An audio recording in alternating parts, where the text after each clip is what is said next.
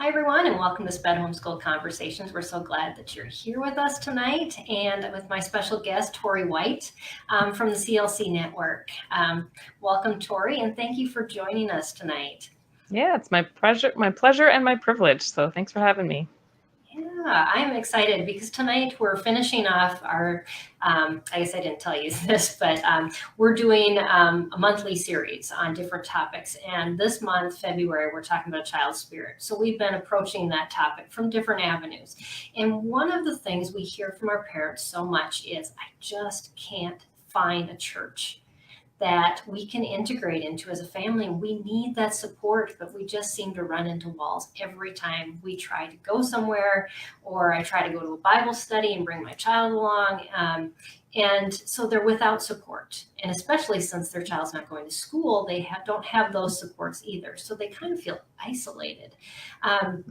So what we're going to talk about tonight is building bridges with your places of worship. And your organization offers so many resources for parents as well as churches on how to do that. And I'm excited to be able to talk about that. So I'm excited too. Yeah. So well, first of all, I'm going to let our audience know if you've got questions, comments, stories to share with us, please put those in the comments as we're talking. We want to bring you into this discussion. This isn't just about us, it's about you too. And so put that in there, and we're going to start the conversation. We're going to go through some slides and some resources, but definitely we'll be building your questions and comments into there. And so so let us get to know you a little bit, Tory, and just what you do with CLC Network, kind of your history. I know you have some stories too of your own difficulties integrating into church just because of some medical issues. Yes, absolutely. So can you share some of that background with us? Yeah. And that'd be great to get to know you.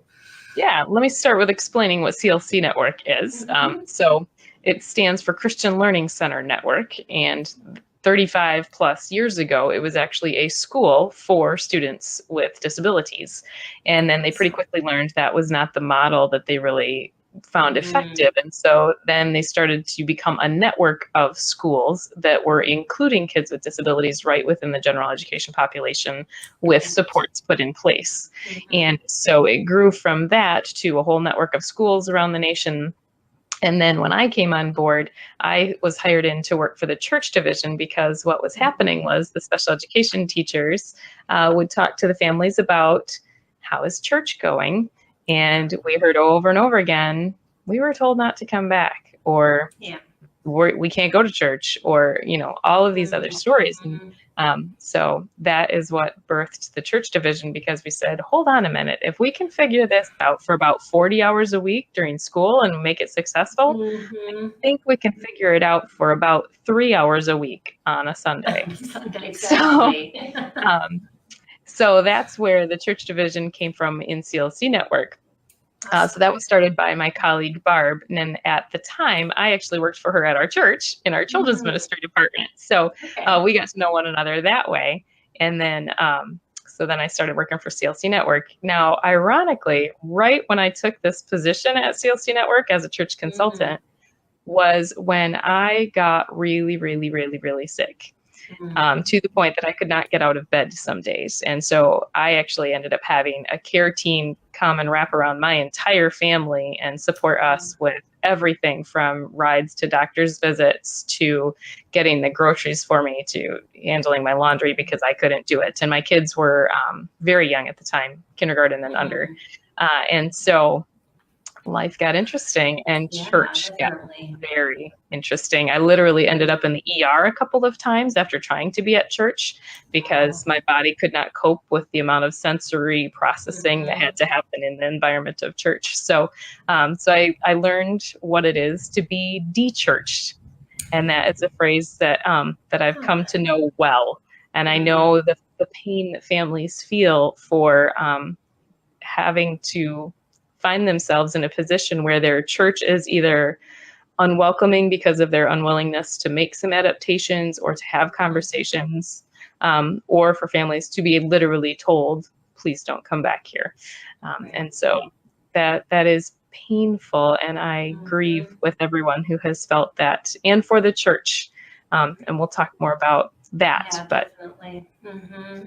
Yeah. So that's a little bit of my story, that thankfully now I am well and I'm able to do my job. And so I have definitely a sensitive perspective on all of these. I was going to say, God just opened that door to help you to and we do, when our story intersects with our work, we can pour so much more into it because of our understanding. And so he opened that door for you to Absolutely. do that. Yes. And so we often ask, why is there suffering in the world? And that's one of those things that, yes, it helps us to understand others better, because we all suffer in other, some areas of our life. So, right. The scripture tells us, right, that he comforts us so that we can then in turn comfort others with that same comfort we've received. So it's very true. First Corinthians. Absolutely. So. Yeah, that's the verse that all of our team members agree on when they join our team, because that's where we come from too. It's I mean, we're not a Christian organization, but our team is, and so definitely we believe that is that we can give the greatest comfort is where God has comforted us. Absolutely. Yep.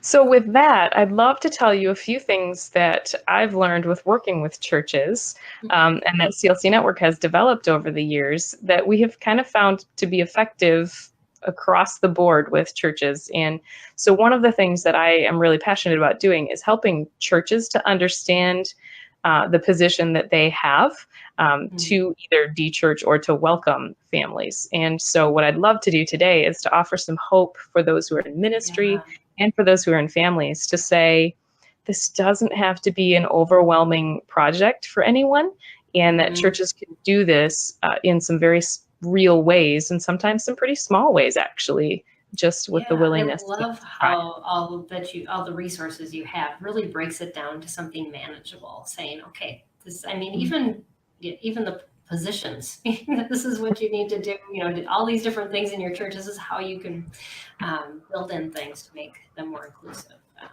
So I'm going to dive into that. Do you want me to pull up the slides now? Yeah, let's go ahead and get the slides going. I don't know if anybody else is, but I'm a very visual learner. I don't do well with just spoken words because they'll slip out of my brain eventually. But if I have some pictures to go with it, then I can remember things better. So that's all right. Well, let me see here. I think I can do this. Okay, now I need to figure out how to get it above us. There we go. Oh yeah, there we go. So it's coming up. And I love this phrase, by the way, the idea of building bridges with our places of worship and the techniques, because that is really what it comes down to, right? Is that some adaptation is going to happen, and we're gonna really have to work together from both sides to meet somewhere in the middle and be able to both cross back and forth in this bridge in the places of worship. So let's see if we can get it to do sort of a slideshow version of it, so you can just click through the slides. The problem is I'm going to lose you if I do that. So let me see if I can. I'll do that, but I'm not going to be able to see if there's any questions up. So I'm going to go up to present right now, and we'll see how that goes. Yep, that's great. So there we go. You already heard about my name, so that's great. So let's just move into this next one, because this next slide is really a wonderful picture of worship. And I think this encapsulates well what we want to say. This is really CLC's statement. It's our vision statement. It says, we envision a world where communities are marked by belonging for persons with varied abilities. And that really sums it up, because we all belong, right? And I know many families choose homeschooling because they don't feel they belong in the other educational settings provided to them.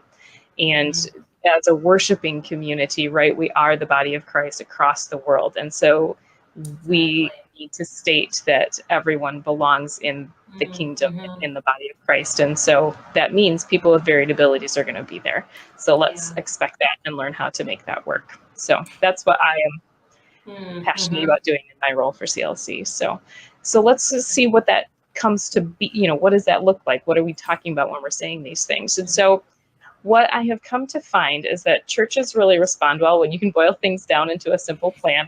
3 parts is always a good thing to go with. So we have found that this 3-part plan makes a lot of sense to people. If we can all agree on a common perspective, and if we can talk about participation for everyone, and if we can talk about personalization for those who need those kinds of adaptations, then I think we all have a common ground to go from. So we can dive into what does that really mean when we unpack it a little bit as we go forward.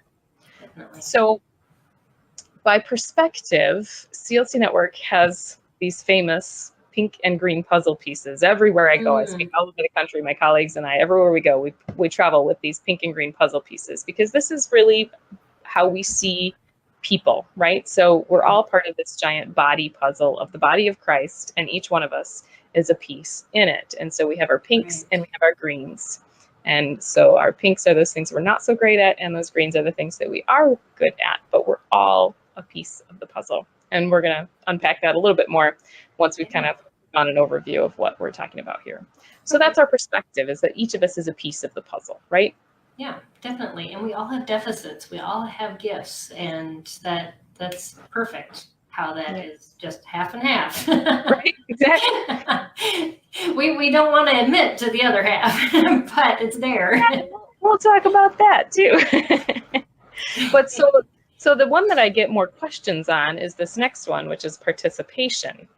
And we sort of have simplified things a little bit to keep it in our 3 Ps, right? The nice alliteration there. But what we're talking about is universal design. And actually in education, it's becoming pretty trendy word to talk about universal design for learning. But all we're saying, right, is that we want to put some things in place that help everybody. In the end, it may have been designed for one person in particular or one set of people in particular, but in the end, it helps everyone. Much like an elevator, right? Those are designed for people who have limited mobility, who are not able to use the stairs in a building. But does everybody use the elevator when they go in the building? Of course. Unless you're really ambitious and want to climb those stairs, right? So so we all take advantage of those. Or garage door openers. Did you know those were invented for people with disabilities? I did not know that. Found that out a little while ago, a couple of years ago, and thought, really? Because I remember being the youngest kid in the family, having to get out of the car, go open the manual open garage door. And yes, it was a big day when we got a garage door opener in my household as a kid. But yeah, so those are a perfect example of universal design, that it's helping thousands more people than it was designed to. But so that's what we're talking about. Yeah, we think about, even just how normal things now are used as assistive technology too. I mean, it goes both ways. And so, yeah, it's great that we can think outside the box.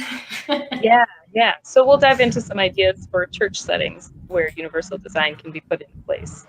But then finally, you will always have some individuals too who are going to require some personalization. And I know each homeschool parent knows about this, because this is what you do day in and day out, is you personalize your educational plan, your daily plan, your plan for that minute based on the needs of this child, right, or this individual. And so if universal design is what you're doing for the good of everyone, then we call this responsive design, because you're responding to the needs of particular individuals, right?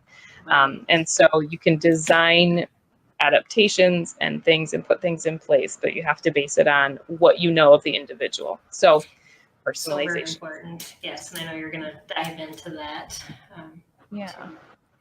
So, and again, feel free, everyone, to post in your questions about all of these, but we'll try to unpack them a little more for you. But before I do that, I just want to bring up the whole idea of cans, because I think churches can be really good at building cans.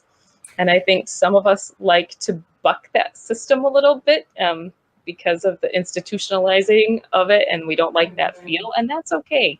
But I don't want to put down cans either. Churches are very good at building a strong women's ministry can, a men's ministry can, a youth ministry can, an outreach ministry can, what have you, even a homeschool ministry can, right? And they have Bible studies and get-togethers and play groups and all these kinds of wonderful things. But I think the danger lies in when we think about having disability ministry as another can that we need to build.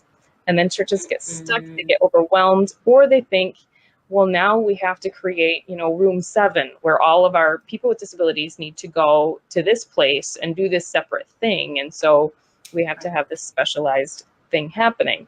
So I would propose that we've discovered a different way of thinking about it. And if you'll just click the next piece of this slide, it'll come up. I'd much rather think, rather than have another can, let's think shredded cheese.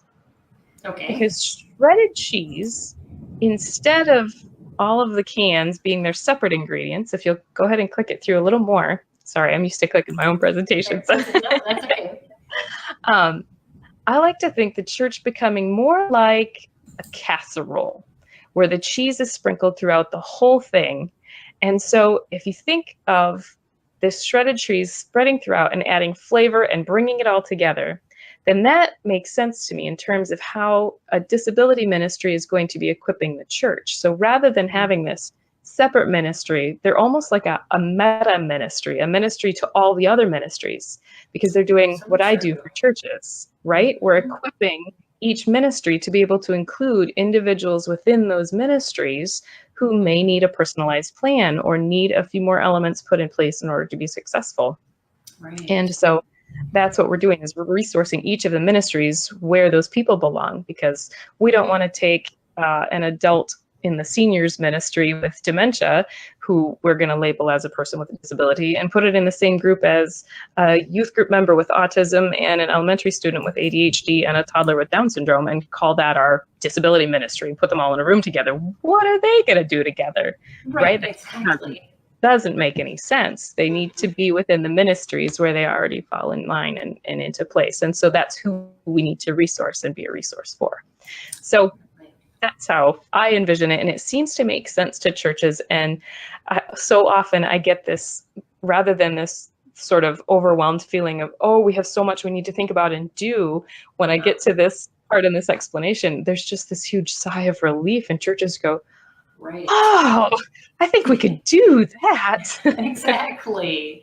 Yes, because you're not disrupting everything. You're just melding it together. And people with disabilities do that. I think when we isolate those with disabilities, I didn't tell you this part of my story, but I have 10 siblings, all adopted with special needs. And so, my parents going to church, my siblings are just part of that fabric of their church. And it allows people to maybe be a little uncomfortable, but yet to stretch themselves. And we learn how to live more like Christ, and within our separate ministries the same way. So I love your analogy. Perfect. Well, I can't take credit for personally, but it's been a group effort from CLC Network. But it works. And I love thinking of the church as a casserole. There's just a lot you could go with that whole idea anyway. Oh. Well, if you I grew up in the North, just like you, casseroles are in every church. Something in life happens, somebody shows up with a casserole. It's just good. Yeah, exactly. Yeah, but no, that's great. We can move into some practical ideas for churches, because that's really where the heart of what we do is too, is what does this really look like? What kind of ideas are we talking about? So let's go into a couple. And we'll break them into these categories, right? But before you can talk about anything else, I've learned time after time, you've got to get leadership on board. If you don't have pastoral buy-in, no ministry is going to flourish or get anywhere and get traction. So that's rule number 1, right? And sometimes that takes time, and we have to be patient with our churches too. But the thing that I hate to see happen is for parents or families of people with disabilities are the ones who are constantly being the voice, being the advocate, but it never gets traction, and they get worn out, and they're already starting from pretty thin. Exactly. Yeah. And so you've got to get leadership buy-in so that it becomes the church's responsibility to advocate and to do things, and it's not that family's job to have to advocate everywhere, including at church. So leadership, because they're advocating everywhere else for their child as well, and it puts you on the defense, and it almost down to the point where every time somebody comes at you, you just react at Yes. them. And you don't Yes. want to be that way, but it's just your mode of operation, unfortunately. Right. And so yes, to have buy-in from leadership. I know, that's, if you have a good school or, a therapist and all these, every part of that support that your family and your child needs just is a weight off of your shoulders as a parent with those children. And so yes, definitely, if you find a church that can do that, and even just be willing to learn, Right. be open. Right. Oftentimes it's helpful if the pastor comes in and has a child with a disability, but So just a couple of quick scriptures on that next slide for us help us to establish a biblical basis for this idea of people with disabilities. And as you said, that our communities need this. But here's just some food for thought when you're talking to your pastors. And that my favorite here is Romans 15:7, right? It says, accept one another then just as Christ accepted you in order to bring praise to God. And so if you're on the praise team, right, we're all on the praise team. By accepting one another, we're bringing shouts in heaven. So we like to say at CLC, who wants to make heaven a noisier place? Let's accept one another, and that's making heaven noisy. And then this idea of the puzzle pieces, which we're going to dive into right after this, is that, but in fact, God has arranged the parts of the body, each one of them just as he wanted them to be. So, right, that idea that God's put us together for a purpose. And he's arranged each one of us in our families, in our churches, in our communities to be where we are for his purposes. So I get excited about that. Yeah, definitely. I've just finished the book, The Anatomy of the Soul, and he talked a lot about, just how Paul was so adamant with those Corinthians about just their inability to see how every one of them mattered.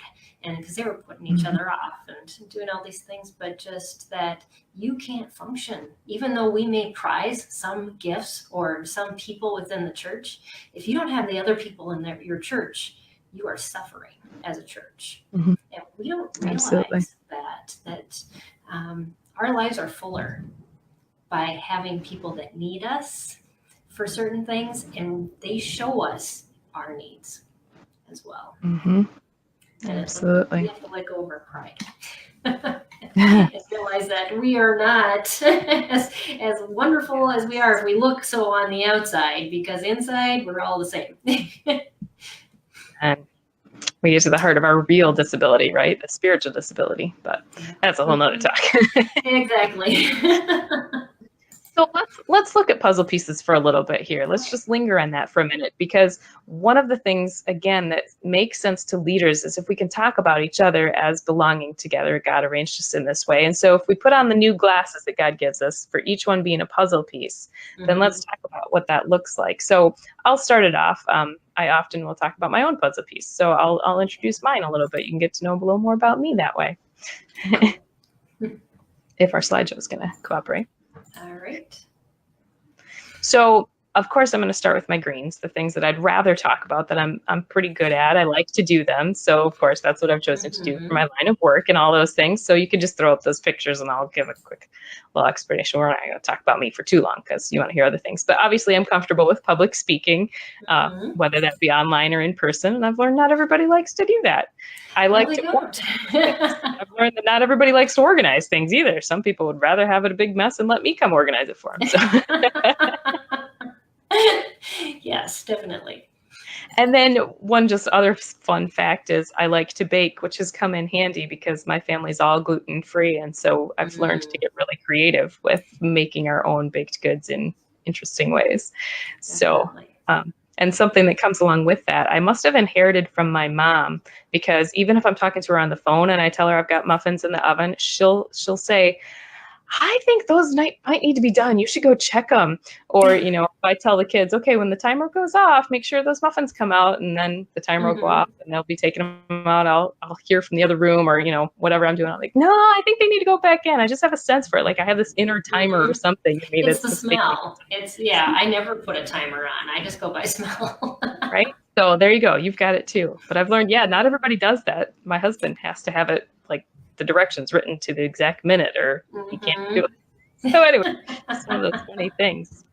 But I have my other side of my puzzle piece too. I have my life in my pinks, and those are not as much fun for me to talk about, but Right. I have been talked about by them as well. Physics, let's say, is just not a score for me. Don't give me a Rubik's Cube and expect it to get into the right colors, because that's not going to I have a happen. degree in physics, and I could never do a Rubik's Cube. All right, so they're not connected. That makes me feel a little bit better, but Yes. wow, I will just bow to you. The circuits, though, I used to blow them up in the labs. That's why I didn't continue on. I became a test engineer. I could survive in the lab, but then when I went to take the test, I'd fail every written physics test. So the one year I did go to high school and did physics, the teacher actually was able to give a science award at the end of the year. And he said, I always give an award to a student who's worked really hard and I honor in the sciences. He said, but this year I'm giving it to a student who came to me every day for more homework and worked the hardest I've ever seen a student work and still failed every test. That was me. Perseverance. You can add that to your green list. Right. Yeah, perseverance, good. Physics, whatever reason, not clicking with me. But so there we go. Don't ask me to solve your intricate math problems. It won't happen. But one other area of weakness for me that has impacted my ability to go to church is my vestibular system. So anything to do with balance, because when I got really sick with Lyme disease, the Lyme disease actually affected the vestibular system of my brain. And so all visual input, audio input, walking around, anything like that was just all thrown off. And so my balance was totally thrown off. I could feel the waves of sound hit my body and literally push me back off balance. And so even now, you know, I very easily get dizzy and things like that. So so I have some physical limitations that I've learned about myself, and that's a vulnerable area for me. Right. Those are good to know. You know. Oh yeah. Definitely. Yeah. But learning my rumble strips, as someone quoted for me. I thought that's really brilliant. I know when I've got to straighten out and be a little more careful or something. But so that's an area of weakness for me, and I'm perfectly willing to acknowledge that. And I'm sure if I had my family here with me, they would be telling me many more things that they know I'm not so great at, or could be my pink areas and hot spots. But for the sake of time, we could move on and think about a couple of other things in terms of puzzle pieces. And that is that we all have them, right? And so we could be good at making friends, but maybe not so good at writing. And we could think about where are our pinks and where are our greens, but also think about our spiritual gifts, right? The gifts listed in, again, words of Paul, right? The gifts of administration, teaching, compassion, encouragement, those all count too. So some of us struggle to come up with what are our green areas, and some of those may be spiritual gifts given in that too. So I just think it's a nice exercise for us to think about what are our lives meaning for us in our greens and our pinks, because that tells us how we spend our time, and that will tell us where our struggles are too. So let's just analyze this whole life of the puzzle piece a moment as we go forward here, because I've learned a few lessons as we've talked about puzzle pieces. And that, first of all, is that, excuse me, there are no all pink people. Right, as you said, some of us tend to get identified by our pink areas only, or our labels. So, you know, oh, here comes Lyme disease Tory because she can't stand up in a crowd for anything, right? Or here comes, you know, wheelchair Sue, or Down syndrome Jonathan. And so people tend to get labeled by their pink areas, but God has not created anybody missing gifts. We all have gifts to give. And so no one is an all pink person.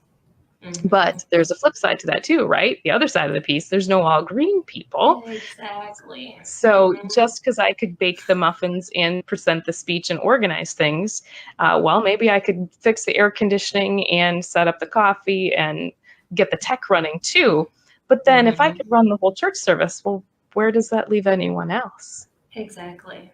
I wouldn't need anyone else. What kind of church would that be if it only took one person? So I think God's very intentional to not have created any green people either. All green people, I should say. Yeah.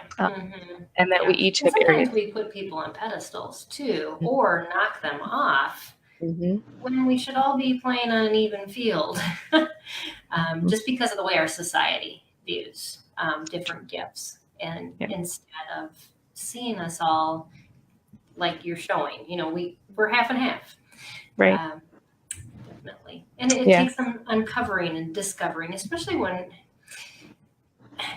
people within the disability world are so told that their pink areas or their deficits are what defines them, and to press through that, to overcome that and say, no, this is who I am. I mean, that's a great advantage that parents have, but if as a church, we are called to do that. Right. And, and the beauty of, yes, equipping churches with this perspective is key, because that's the other thing, right? Again, sort of in the educational world or the medical field, we get these labels and things, and we sort of need these glasses to look at how atypical, how many degrees below zero. We have to score everybody on all of those things. But at church, we don't have to do that. Yeah. We don't have to have labels in order to put things in place. We don't have to have the eyes that the rest of the world sees with. We get the eyes of Christ, and the perspective of one another as belonging together. And so, like you said, sometimes you have to dig a little harder to find the green areas of someone, but they're no less there just because they're harder to find. So, Yes. Or they're buried under lots of people's judgment or bullying, and all these things that we heap on top, and the shame that we take on that was never meant for us to take. Right. But yet we do, and it's our nature to do that, and to just help people unpack that. I mean, yeah, definitely. Yeah. So as we think about that, like we've already said so many times, right, as the next slide shows, right, we all fit together. And so if you just click it there, it's just going to bring that piece into place. Well, the animation's not working real well on this system, but that's okay. The one puzzle piece is supposed to slide up into place, but that's okay. No, that's fine. We can keep going. Okay. We've already talked about how God's arranged us all together. But I think this next slide is important, though, where it's saying, you go first, as a leader is saying, as I just did by demonstration. I gave you my puzzle piece first, and it's okay. I started with my greens. We're allowed to do that. But to admit our pinks, too, as leaders. I know one of the most effective things ever for me was in church, when I would hear my pastor talk about his own areas of weakness, and how, he would bring in other staff or other people into ministry alongside him, because he knew that he was not great at this, that, or the other thing, and these other people could come alongside him with that, so that where I'm weak, you can bring your strengths, and where I'm strong, I can bring my strengths along to support your areas of weakness. So that's right. And that's really hard sometimes in a church when you will have deficits in relational areas, because I think churches just assume, if you're a follower of Christ, that you should be loving and have, be able to have eye contact and not need, a support something with you in order to function. And I think that was the hard point for my oldest, who's on the autism spectrum. Even though, and he's very mild, you would never know it. When you meet him, he covers it up well. I mean, he's in his 20s too. He's learned to do this. But during the service, he had to be on his phone to listen. And he was just judged as, he's not paying attention. He's just sitting in the back doing nothing. Because it was just assumed that was ungodly to be that way. So that's hard when we have to we can't be judgmental about how somebody is behaving before we get to know them. Right. We have to get some information. Absolutely. And that means being willing to share some information too, and allow people to see your vulnerability as well.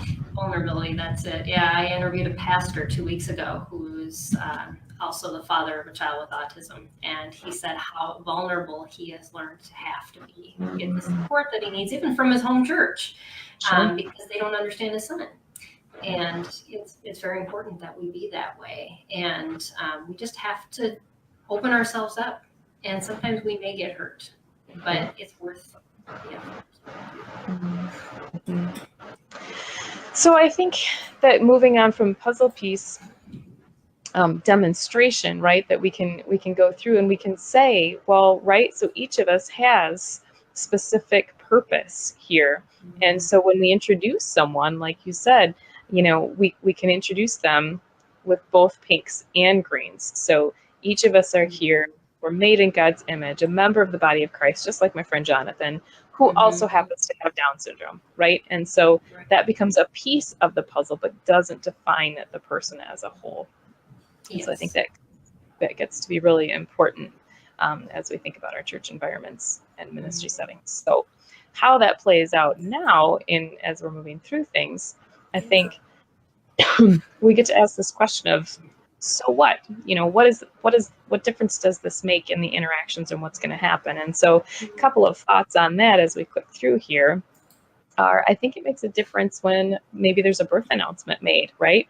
Have you ever heard the birth announcement that sounds more like an apology or something that's really disappointing in that, this family gave birth to what? To a disability or to a baby, right? And so sometimes losing perspective right from the start and celebrating a life born and an image bearer of God and a member of the community who's coming in.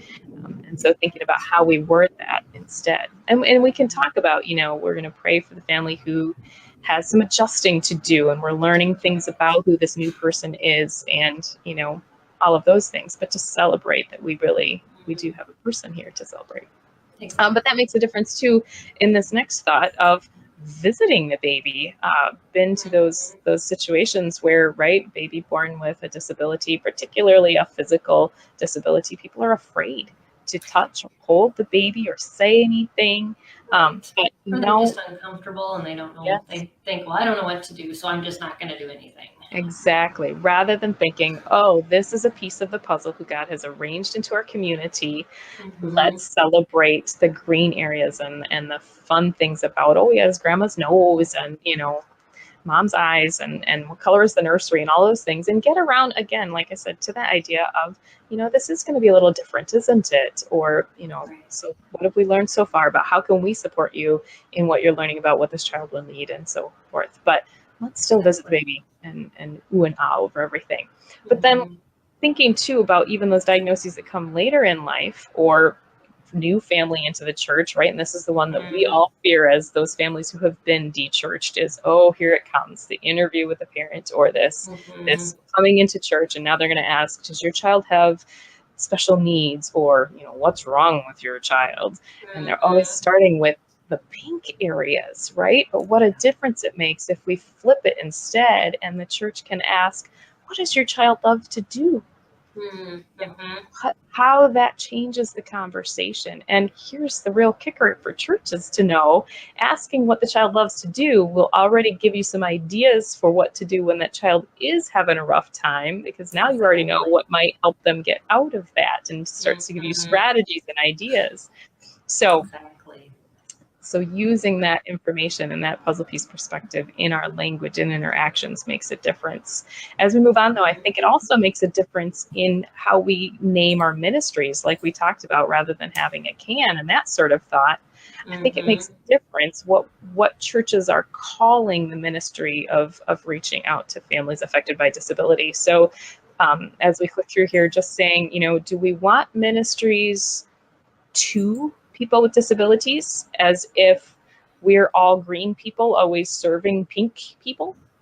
Or do we want ministries with people with varied abilities, as in we're all puzzle pieces with both colors? And that idea of person first language, and you already kind of touched on this a little bit of, right, we are all image bearers of God and we are people first, and we have value before any label that comes on. And so we are a person with Lyme disease, a person with vestibular differences, a person with autism spectrum disorder, right? And that people may identify themselves as autistic, for example, but that's up to them to decide if that's a part of their identity. So I think the safer bet for all of us is to say you are a person first and other things come on after. But if you choose to identify yourself that way, then that is language I would follow out of respect for you. But right.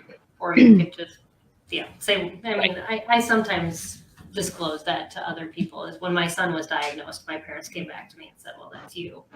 And I went, oh yeah, now I get it. But, oftentimes I just say, I have a hard time getting close to people. I don't like to be touched a lot. Eye contact, I've worked on a lot. But being in social situations is very tiring for me. Even though I'm an extrovert, just to have to keep conversations up has become more fluid, but it used to not be.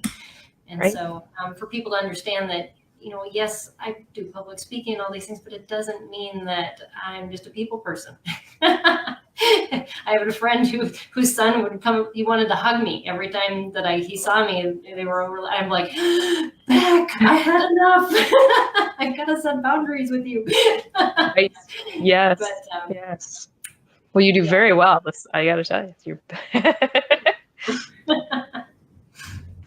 So, yeah, I love that, to be able to define who you are as, like you said, not pointing out who we're helping. It's about community. It's about coming together and everybody helping one another. And that's really what we're called to do as the body of Christ anyways. Exactly. We don't have the people on this side that are the helpers and the people on this side who are the needy ones. We have to mix that together. Absolutely. Yep. And so I think that affects, like I said, how we name our ministries. And so one of the slogans of a ministry I've worked with uses this phrase. It says, everybody belongs, everybody serves. And that is so true too, that each of us has a place to serve. And so, having pink labels does not excuse us from service either. And so each of us has gifts to bring. And so that is our position. So if that makes sense to people as a place to start, then I want to at least spend a little bit of time here diving into some practical ideas for that participation piece, implementing universal design. I think that's often what we think about when we don't think about all the stuff that you just talked about, which is so important as the groundwork for the participation part. Because we just want to get onto the participation part. But if you don't have that groundwork, like you were talking about, and the understanding and the culture change, then all of this is going to be very difficult, or it's going to fail.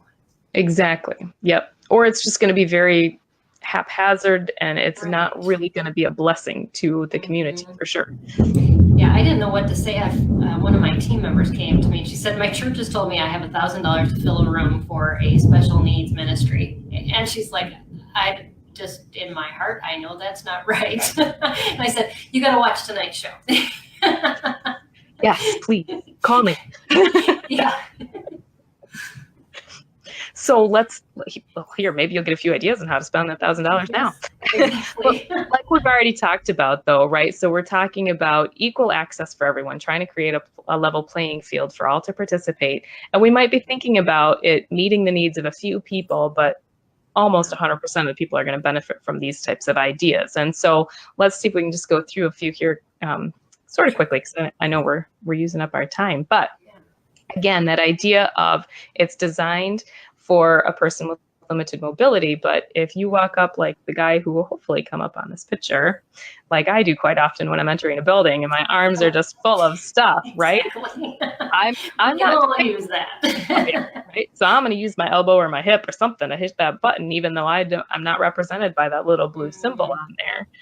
But I'm taking advantage of something that is designed for universal use. And so those are the kinds of things that I think churches can think about, not just with their building space, though. I want to talk about how our atmosphere, how our attitudes can change, and how this interaction we call worship can be augmented by these things. So as through some examples, we're not thinking just about parking spaces and on-ramps, but we're talking about how about that information piece? What about some previews for people? Right. And you've probably worked with this with your family a little bit, but so looking at our church website, so you'll see on here a visual schedule, some of these types of things, so that you can see what's happening now, what's happening next. You can actually move, the little arrow from one thing to the next if it's up on the wall, or again on the website is a great place to put information about what are they getting into. So many of us are afraid to go into a new church. We've already talked about some anxiety things, right? Exactly. I mean, would we go to a hotel? Would we go on a trip and book a hotel without first looking up what that room might be like? Whether there would be breakfast there, whether it's a king size or a queen size bed. Is there a fridge? Is there a microwave? All of these things we want to know about a hotel room before we get into it.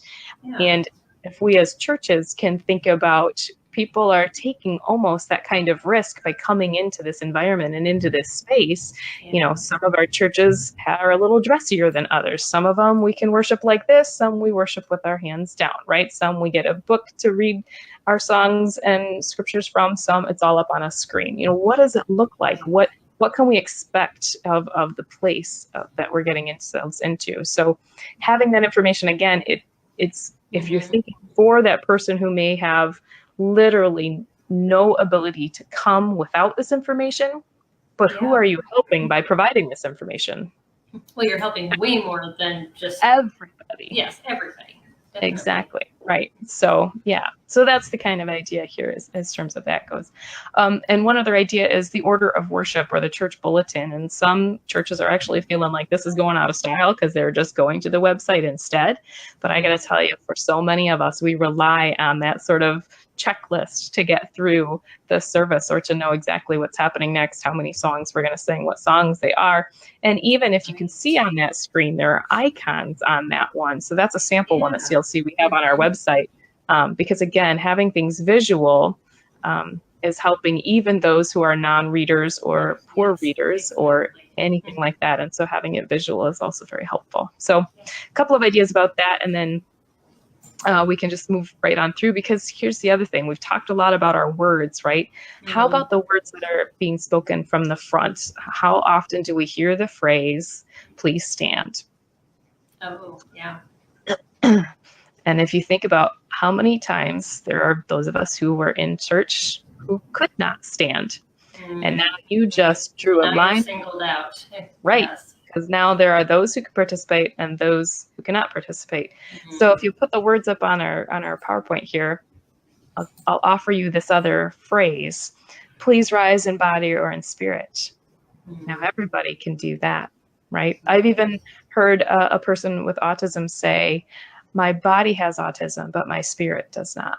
Yes. Right? We have physical limitations to things that we can do. Our spirits don't have those limitations as long as we've surrendered them to Him. And so I think that can make a big difference in the way that our churches formulate our language. So I know this is kind of speaking more to the church planners and the pastors who are speaking these things, but these are just some of the things that we've encountered. And this one's really important to me. As I already said, my whole family is gluten-free. So offering so many families on limited diets. Definitely. Absolutely. In fact, I've seen this happening more often now, just because the gluten-free diets are becoming more prevalent. Yes. And so I've already said to churches, that's fine if you want to think it's a fad or a trend or whatever, but offer it, because there are those of us who cannot participate if you don't have gluten-free elements. And so you're going to exclude them from communion. And let me tell you what kind of spiritual impact you're having right there. Exactly. Especially if you do it every week, that's just part of the worship. And, Right. So just provide it. Just make it a thing that you provide. So it's a small thing that makes a big difference. Other small things that make a big difference is stocking some equipment. So if you were to walk around my house, you'd see a lot of these, and we'll bring them with us if we know we're going to a church that doesn't have them, right?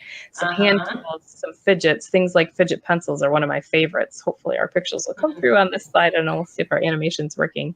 But having some different areas of seating, some different choices for things to sit on, something like a weighted lap buddy, basically a stuffed animal that instead of the plush stuffing, it's got either plastic pellets or you can take like a weighted blanket but smaller. Yes, same thing. Yep, it's disguised like a stuffed animal, that kind of deal. Wiggle cushions. A friend of mine takes hers to church for her 4 kids, and they just pass it along to who needs it the most. And I just keep thinking, man, if your church had that sitting there for you, what a welcome that says to you, rather than this odd look of people of you're carrying in this weird thing. To have it there already says, we know you're coming and we expect it and you're welcome. So yeah, there's some examples of the fidget pencils and just a squeezy for a hand fidget there, which does truly help people focus.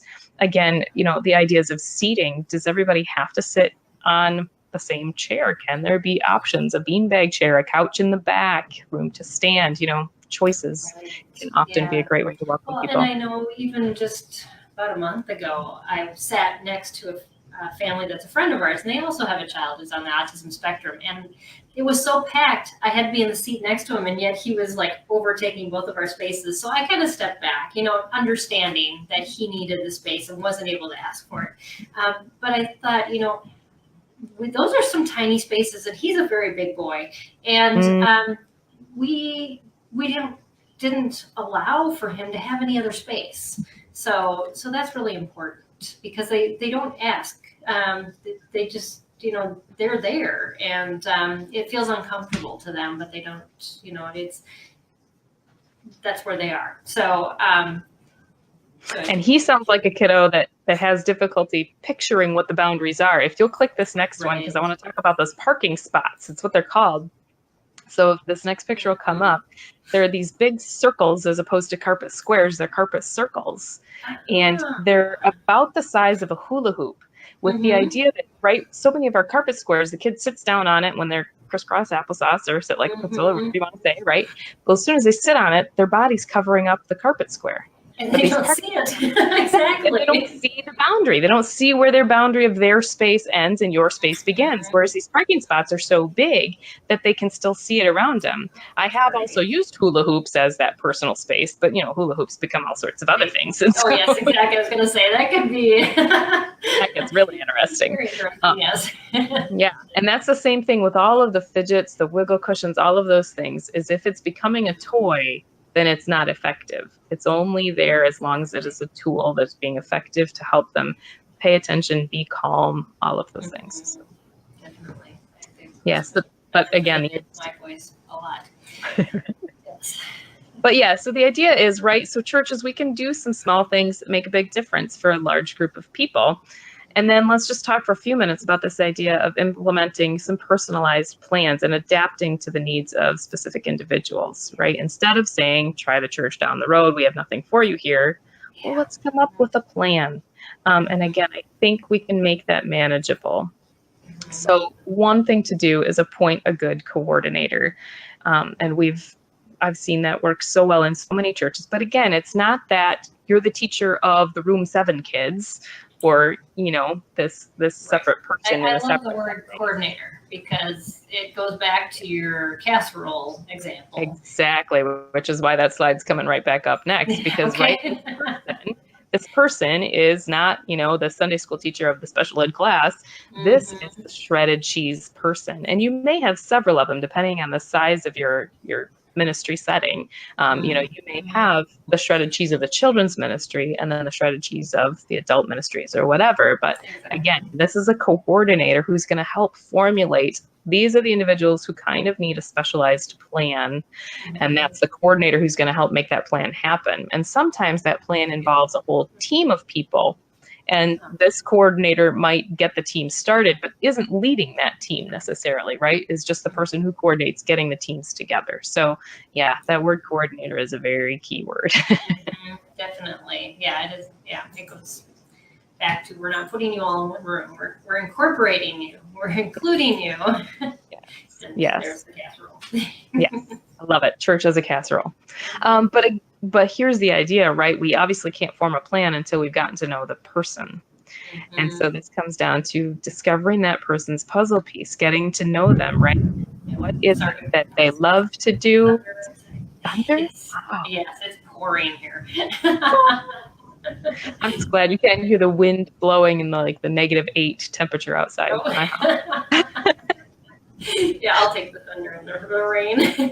Fair enough. So getting to know, how does this person engage in church? How does this person calm down when life is too rough, right? We have to get to know what's happening in their family, in their situation. What is their Sunday morning like, right? Do we need to start their personalized plan at the door when they come in and sitting with the family? Do we need to start out in the parking lot before the meltdown there happens? Right. Do we need to start it Saturday night with a quick text or phone call or postcard that says, I'm looking forward to seeing you. Will you bring this picture to me tomorrow? And that gives them access to bypass the whole greeting area. That's the whole stressful piece.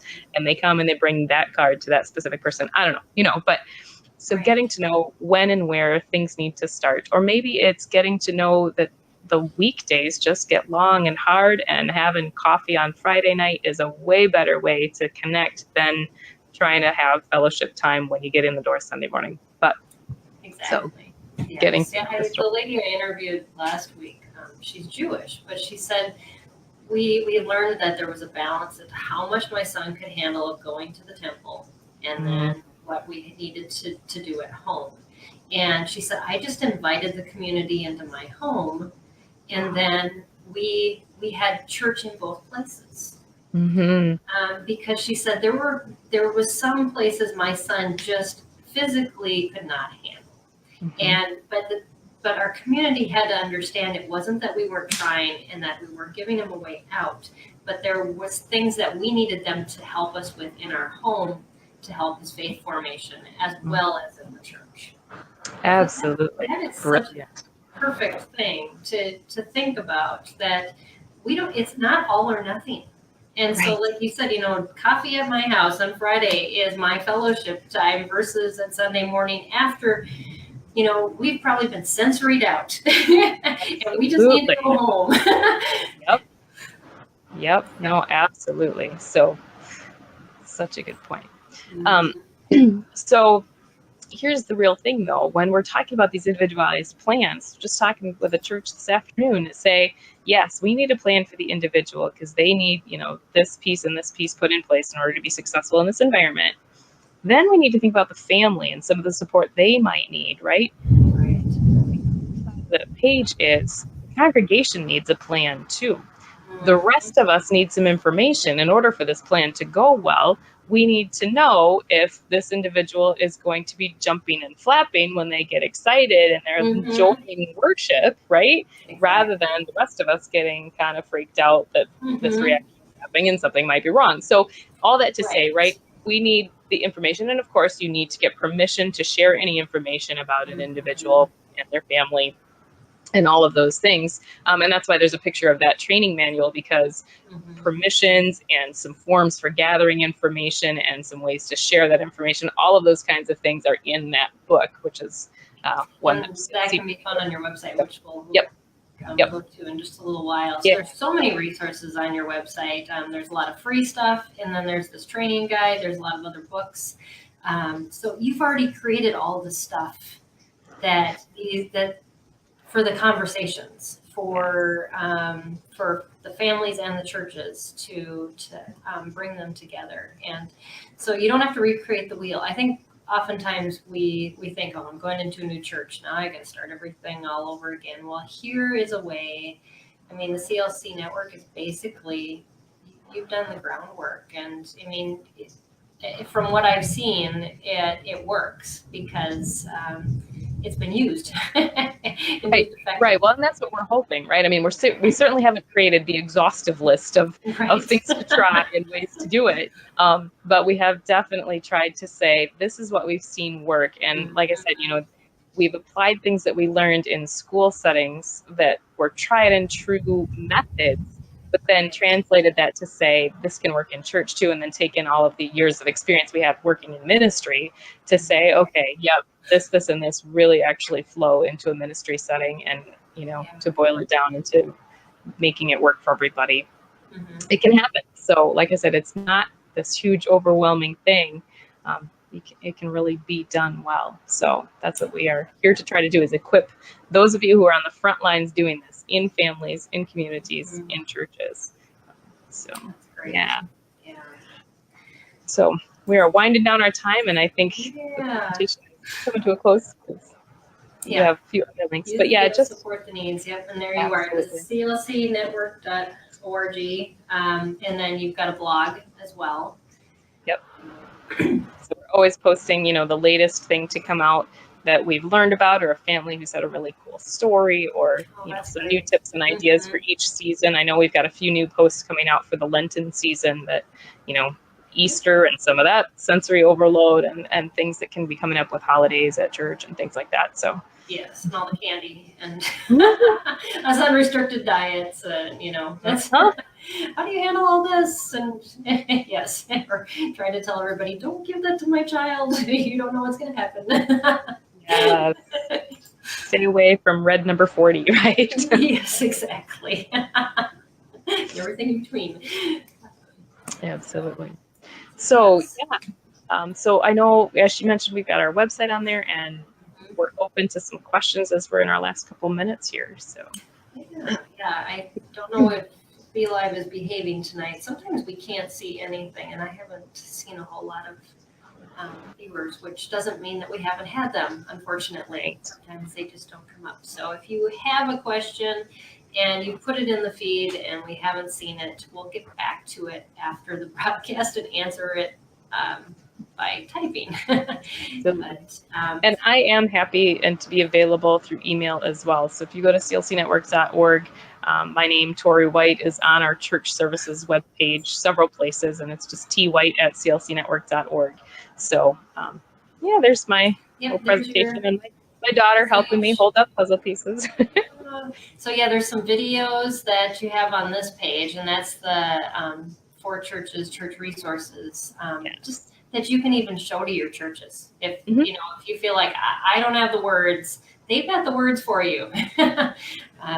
And so great conversation starters. Yeah, the one with my picture on it there is about a 5-minute video kind of about my story and the idea of being one body together in Christ and each of us being a part of it. And then the other 2 videos down there are a little bit longer. The one on the left there is called Worship as One, and it highlights really 3 different churches learning to do this inclusion with a couple of individuals and how that's kind of changing how they do worship as a community and what that's doing to their congregations in very positive ways. So really cool stories, but 3 different churches. So it really highlights what's happening in those. And then the other one there is my colleague Barb Newman, who's written a lot of the resources that we happen to carry and sharing some of her vision and passion and ideas for how churches can really do this and come alongside families well. And then the first link underneath there is that role-based tips for inclusion, and I know I pulled that up separately because you have shared that link with me too. And I just want you to look at this. It has, you know, here's something to give the announcement communicator and the assistant buddies, caregivers. You've got a whole list here with some great resources, just even categorized down for different roles within the church and how to make it inclusive from all of those points of view. So you're like, it's like the recipe for the casserole almost. Yes, I love that. Yeah, we really tried to think through, you know, okay, if we want everyone in the church to really get this, we have to really think who's in the church. And so I'd love to know if there's a role you play in the church that didn't make it to this list, because I'm going to add it there. But then, you know, a few ideas, hopefully not too many ideas, but at least a few to think each person within the congregation can truly make a difference. If you're the person who orders the products for the bathroom, or, you know, the person who's making the budget, whatever, we all have different areas that we're serving in our churches, and each one of us can do a few things to sort of widen the welcome for everyone. And so thinking about a couple of those things that you could do that might make a difference for those who might otherwise not be able to participate as well. So exactly. Yeah. So that's clcnetwork.org, where you can find Tory and all of their resources for churches and for parents, and just starting that bridge building process. And I just want to thank you for giving us so much equipment, so much tools, and even some wood to go along, and just to help our parents to understand that this isn't a. I think we often look at it as a hopeless thing. And, even equipping our adult children, I'm looking at this going, my kids are having a hard time getting back into church after being hurt so many times. Right. And, just to help them see that, this is something that we just have to work at. Right. And what I'd love to see for all of us is that there are churches who are doing this. And so maybe watch that video to see, right, that you haven't lost hope that churches are doing this. I know one of our sort of, not sister ministries, but another ministry that we're really good friends with is Key Ministry. And yes, I've been in contact with them. Oh, good, because they connect people with churches that are in the local area. And, I'm a part of several Facebook groups and things like that they're helping with, to just say, hey, we've got a family in this area. Who knows of a church that's doing this That's well, great. right? Yeah. And so, yeah, you're not out there alone. And there is live streaming. I too have depended on that for seasons of my life, when Mhm. being in the community, in the actual place called church, was not going to happen. Yeah. But we don't want to stay there, right? Because that's not where we're No, going to fully exactly. realize our potential, and our church is not going to be able to fully be who they need to be without us there. So, Yes. but yeah, just to say, it isn't hopeless. Churches can do this. Churches are doing this, and we all belong together. So let's keep preaching that to one another. Definitely. Well, thank you so much, Tori, for your time. Thank you. Thankfully, our connection stayed through all of our Yeah. bad weather, and God provided. Amen to that, because I didn't have power earlier today, and now I do. Yes, I know. I got that email, and I'm like, oh boy, this will be interesting. Yeah, webinar by candlelight doesn't work out so great. So. Yeah, exactly. Did. So thank you, God, for the light. Thank you. Yes. Yes. Well, this has been a joy and a delight, and I hope to hear comments and questions come through from this. So. Yes, definitely. I do too. And then next week, we'll release the podcast on Sunday, as well as the full length video on YouTube. And then throughout all of next week, we'll have 4 different shorts taken out of here and played back on YouTube as well as Facebook. So those often get a lot more views because people are like, yeah, I got 5 minutes. I can make that work versus a whole hour. So, yes. Or they just download the podcast and listen to it while they're cleaning their house or making dinner or all those things. So, yes, a lot easier. Brilliant. Yeah, but want to just thank Tory and thank the CLC Network just for informing us and just for the work that you do. Thank you so much for all that. And I want to thank the Learning Disabilities Foundation of America, because you partially fund our broadcast, and we love that.